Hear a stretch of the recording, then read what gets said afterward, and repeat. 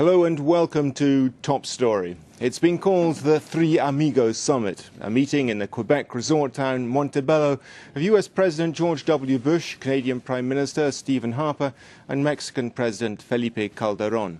Among other things, they're expected to discuss the current market instability and measures to boost trade and security within the context of the Security and Prosperity Partnership, the SPP, which was launched in Waco, Texas in 2005. But the protesters who have gathered for the summit accuse the SPP of lack of transparency and trying to sneak North American integration through the back door. And others argue that the SPP has very little to show in terms of real achievement in the 2 years since its creation. For George W. Bush, though, this is an opportunity to demonstrate that there's more to his foreign policy than Iraq, and that his administration is fully committed to developing ties with Washington's closest allies. Well, to discuss the issues raised by the Montebello Summit, I'm joined now by Eduardo Quay of US News and World Report.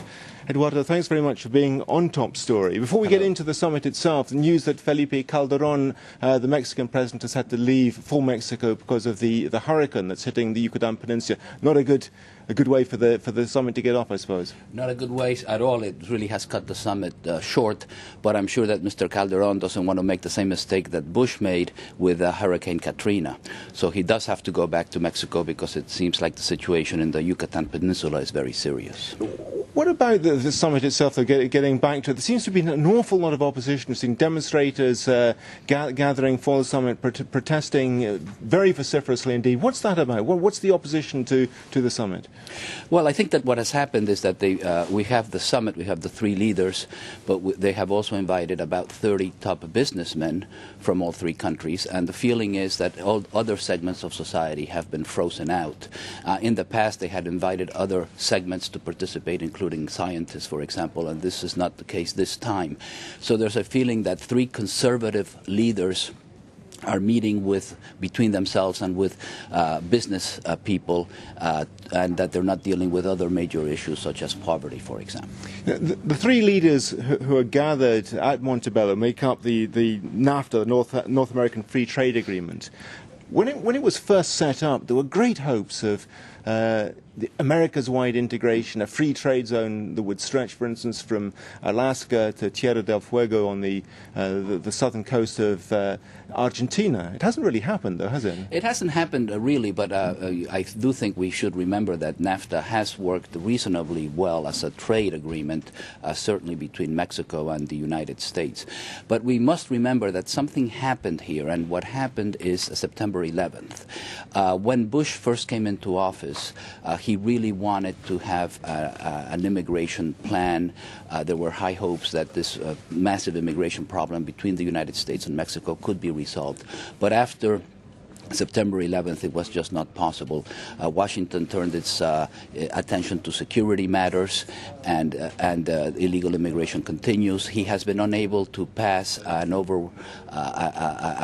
broad immigration bill, mainly because of opposition within his own Republican Party. And this has gone down very, very badly in Mexico. As far as Canada is concerned, there are now limits to the free flow of people, especially between the United States and Canada and Mexico, that did not exist before with regards to American citizens. American citizens did not need passports to either go to Canada or Mexico or some Caribbean countries. In fact, all they needed was just an identity, a piece of identification, frequently just a driver's license. Congress now has mandated that Americans must, if they want to re-enter the United States, they must have a passport. And this has slowed the flow of people and also trade. Canada says that it is losing $10 billion a year in exports because of the new security restrictions. Would it be fair to say, too, that in all three countries the mood is more towards protectionism than it is towards free trade? I think that's definitely the case of the United States. I'm not so sure it's the case of Canada and Mexico as much. the trade between the three countries, of course, is huge, as it should be, because they are neighbors. That's usually the case. But I think that the trade is still an important factor. But I think I really emphasize $700 billion a year, so it's huge. It's huge, absolutely huge, and it probably will continue. They need each other. But again, the security aspect of this is perhaps the overwhelming, sort of the elephant in the room that is there. Nobody mentions it, but it's there, and it has really slowed down integration. I suppose the big issue for the Mexicans too is emigration to the United States. Will they be hoping for George W. Bush to make some sort of gesture? The legislation he tried to introduce through Congress didn't get anywhere, but they'll be hoping for something else, I imagine. Well, there has been some talk that maybe the Congress will pass some smaller pieces of immigration legislation. However, the overall bill that Bush wanted to pass, and which he could not, would have the opposition in the Republican Party says that it would have legalized 12 million illegal Mexicans in the United States. That bill is dead until after the 2008 presidential election in the United States. The Mexicans are also very upset, of course, about this wall that is being built along the border between the United States and Mexico. On a more positive note, the United States has now announced a massive aid program to help the Mexican government battle the drug trade. Since coming into office, Felipe Calderon has gone after the drug cartels. It's created a lot of violence in Mexico.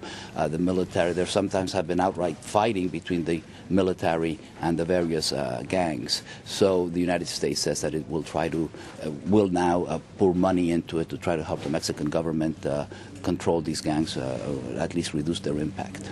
I suppose there must be a little bit of a sense at this summit that it's drifting in the sense that this is almost now a lame duck presidency in the United States. George W. Bush is not really likely to have this at the top of his agenda at the moment. So is that atmosphere permeating the conference, the summit, do you think?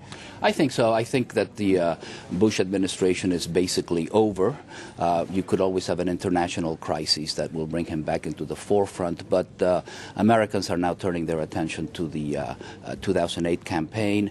The Bush administration is generally discredited, and there isn't really much that he can do now. He only has 17 months left in his term, and beginning early next year, in January of 2008, everybody will just be focusing on the presidential campaign. What about security and prosperity? Has the security and prosperity brought more of that to the Americas or not? Very briefly, because we're running out of time. I think it has. I think that certainly it has to Mexico. It has certainly increased trade. It has certainly created jobs, especially in northern Mexico along the frontier with the United States. I don't think that one can say that NAFTA is a failure at all.